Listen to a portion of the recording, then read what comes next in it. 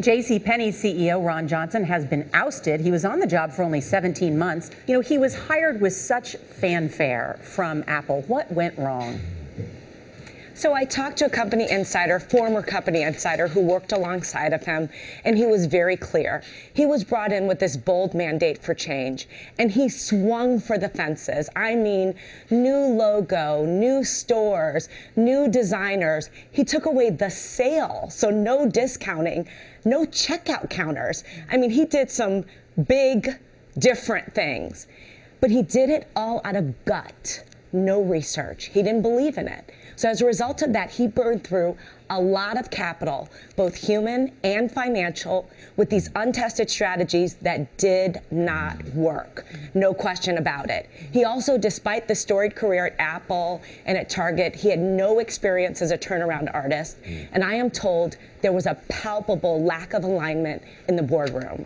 Okay, these ideas you're suggesting, Melody, that he brought forward, this big, bold, risk-taking, even though he had experience in retail, were bad ideas and likely to fail? Well, it was unknown, but the one thing that, again, was just very, very unusual, nothing was tested. There was no research, no focus groups. They did not ask the customer what they thought. And as a result of that, the customer reacted very badly. Over his 17 months tenure, that stock went down 50%.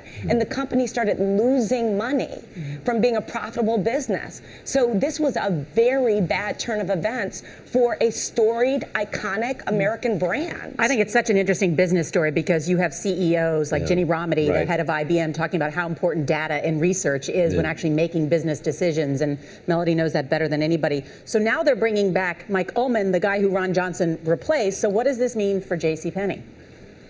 Well, I think that they're going back to the familiar. The customer and the employee has been whipsawed by all of this change, and they're saying we need to go back to the familiar. And Mike was there for 8 years. He was a part of the culture in building it. He knows the culture. He hired a lot of the people, and he needs to rally those troops again for yet another turnaround.